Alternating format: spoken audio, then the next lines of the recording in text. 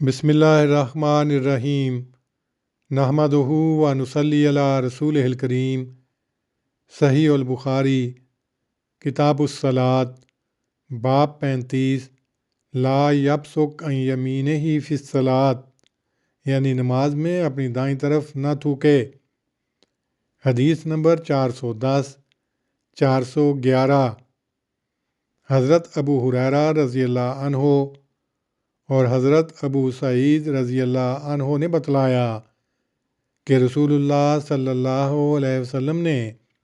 مسجد کی چار دیواری میں کھنگار دیکھا تو رسول اللہ صلی اللہ علیہ وسلم نے ایک کنکری لی اور اسے کھرچ دیا، پھر فرمایا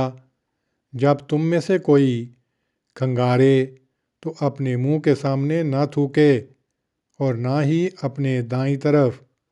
اور چاہیے کہ اپنی بائیں طرف یا اپنے بائیں پاؤں کے نیچے تھوکے۔ اسی باب کی اگلی حدیث 412 ہے۔ حضرت انس رضی اللہ عنہ سے روایت ہے، انہوں نے کہا کہ نبی صلی اللہ علیہ وسلم نے فرمایا تم میں سے کوئی نہ اپنے سامنے اور نہ ہی اپنے دائیں طرف تھوکے، البتہ اپنی بائیں طرف یا اپنے پاؤں کے نیچے۔ تشریح: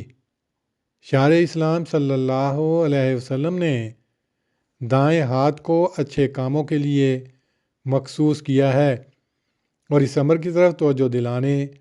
اور اس کی ہمیشہ نگہداشت رکھنے کے لیے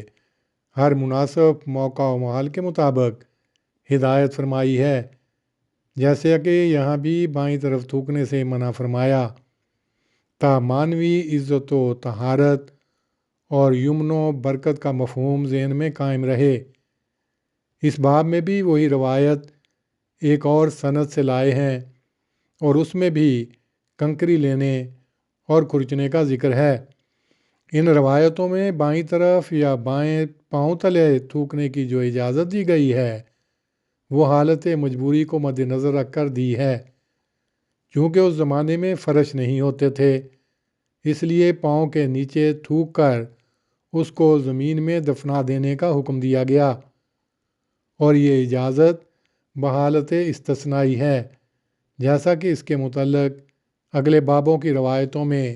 اس امر کی تصریح ہے کہ نبی صلی اللہ علیہ وسلم نے مسجد میں تھوکنا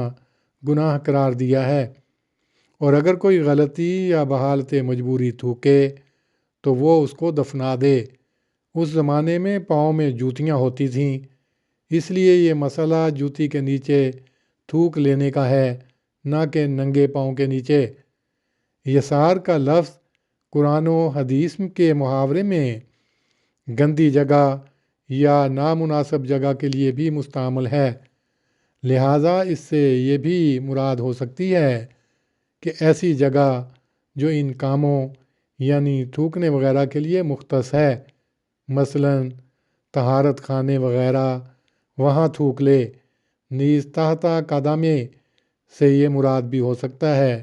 کہ اس چیز میں تھوک لے جو اس کے تصرف میں ہے، مثلاً رومال وغیرہ۔ ان معنوں کو اس روایت سے بھی تقویت ملتی ہے جس میں کپڑے کے پلو میں تھوکنے اور اسے دوہرا کر لینے کا ذکر ہے۔ اللہم صلی علی محمد وعلی آل محمد کما صلیت علی ابراہیم وعلی آل ابراہیم انک حمید مجید۔ اللہم بارک علی محمد وعلی آل محمد کما بارکت علی ابراہیم وعلی آل ابراہیم انک حمید مجید۔